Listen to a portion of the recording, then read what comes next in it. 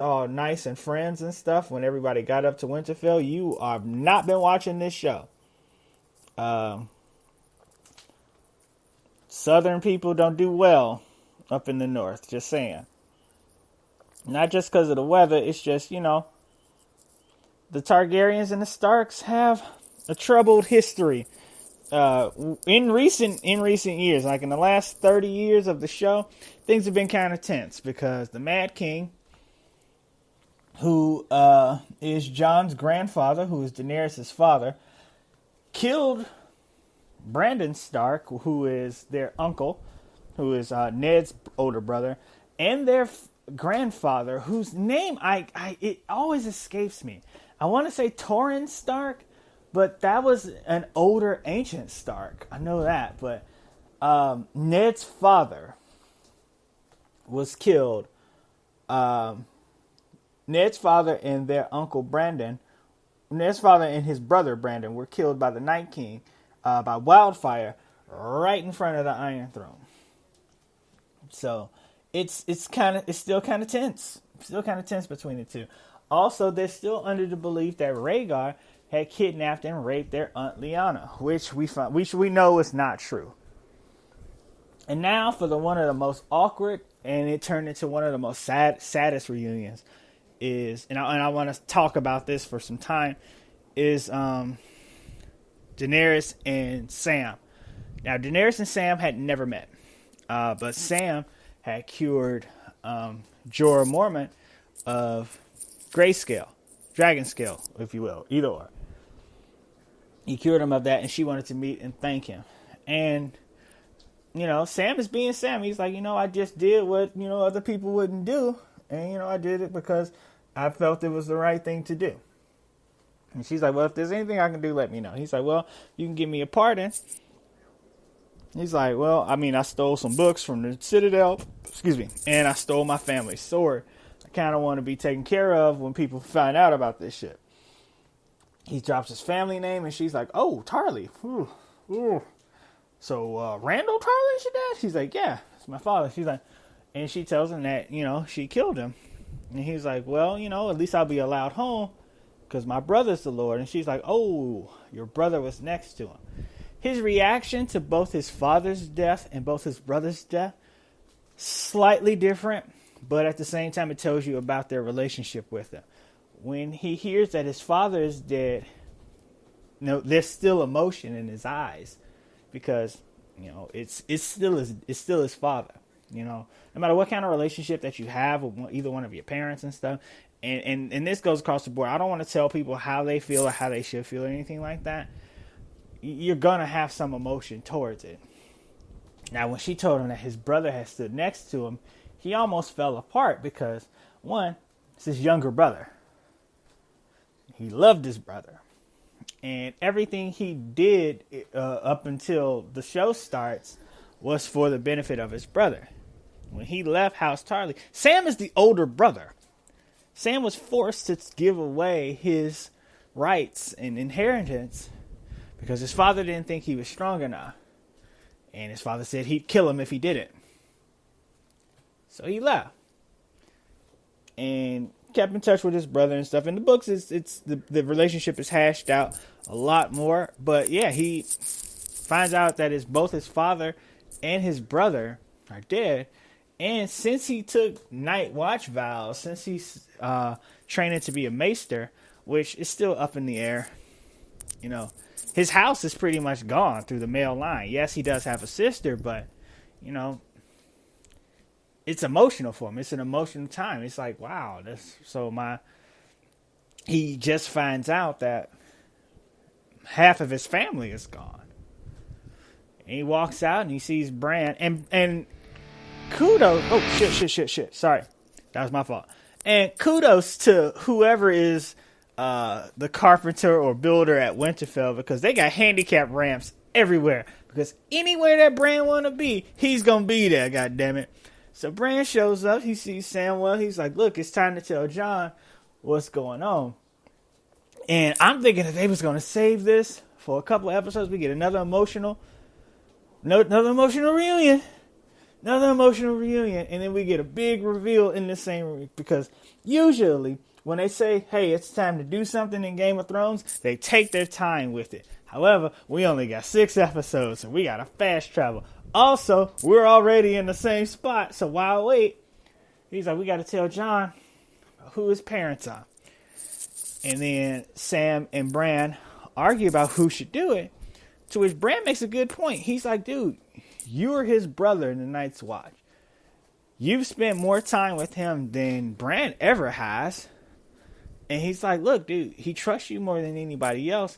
It'll be better if it comes from you. He finds Jon in the crypts, not directly in front of Ned Stark's statue, where Jon is standing. It's very important. And little stuff like this is why I love this show. And I've watched this episode several times and I see this stuff. Jon is standing right in the middle of Ned Stark's statue and his mother, Lyanna Stark's statue. He's standing right in the center. There's an equal distance between both statues. And he tells him, Sam literally, he's like, look, man, did you know that she killed my father, and my brother? Jon didn't know. Jon wasn't there. Jon didn't know at all. He didn't know specifics on who was killed or anything like that. He told her, I didn't know. And then Sam just gets angry. He's like, look, man, you've been the king the whole time. He's like, you're not the king of the North. He's like, I'm not telling you you're the king of the North. You're the king of all of the 7 kingdoms. He tells him who his parents are. And Jon's face, he has that look where, have you ever told somebody the truth? That's something that they didn't know. And once you finally told them, they knew it was true. However, they weren't ready to fully accept how true it was, that they start throwing in other stuff in front of it. Because that's what's happening. Jon is throwing other stuff in front of it. He's like, look, you trying to tell me that my father would lie to me? He's like, no, I'm telling you that your father did what he had to do to protect you. He's like, he did exactly what he had to do to protect him.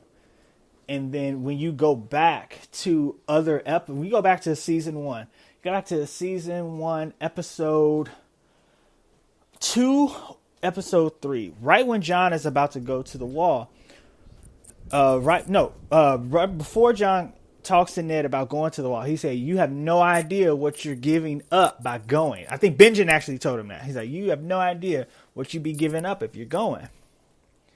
Because if you go to the wall, you give away all your inheritance, all your rights, all of your everything, all your titles.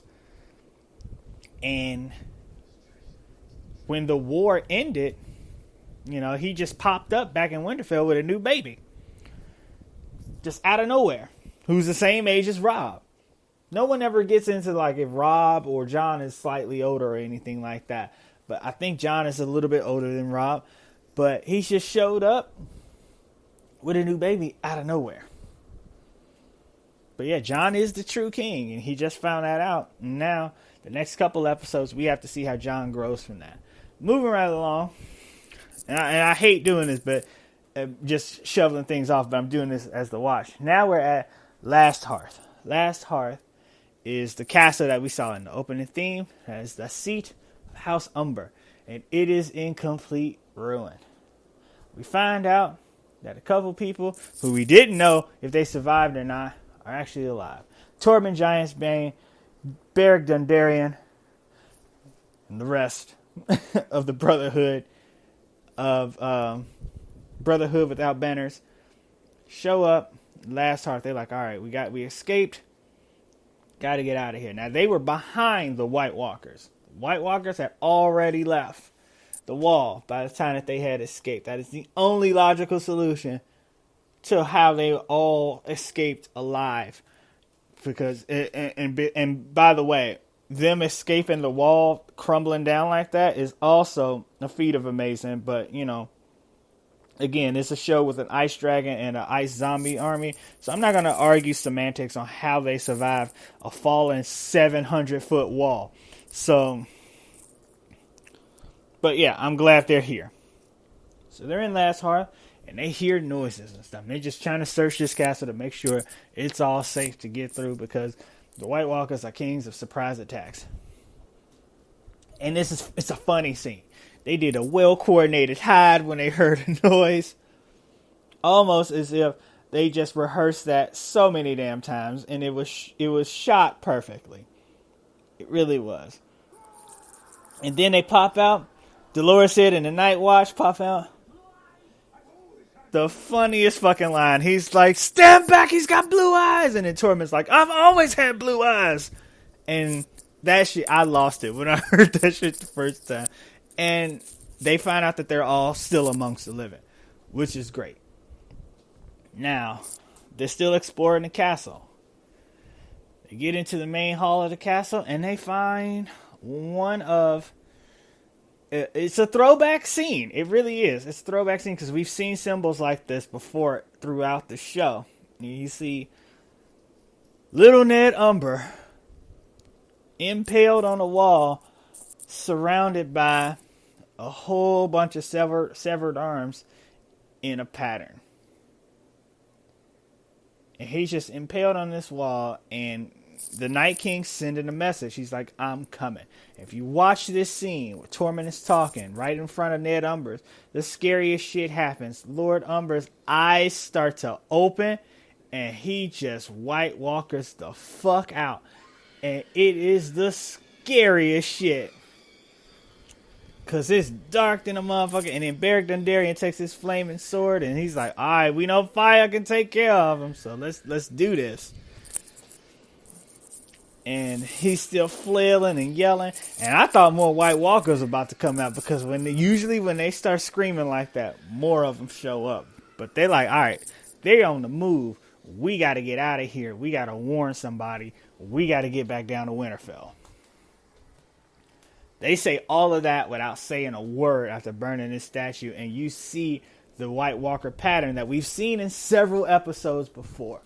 Several episodes you've seen patterns like that. Those little glyphs, that little spiral. And I wouldn't be surprised if you see people with a whole bunch of tattoos like that coming up soon later. Because, that's how we do in the fandom world. We get tattoos of the shit that we like. So now, we come to the last and one of the most, if not the most important reunion of the show that will unfortunately, but fortunately, be talked about in the next episode. You see a mysterious hooded man come into Winterfell. He takes his hood off and he reveals himself to be Jaime Lannister, who has gone from beach blonde to brunette in 8 seasons. I don't know if that's to get him to hide on the ride up, but yeah.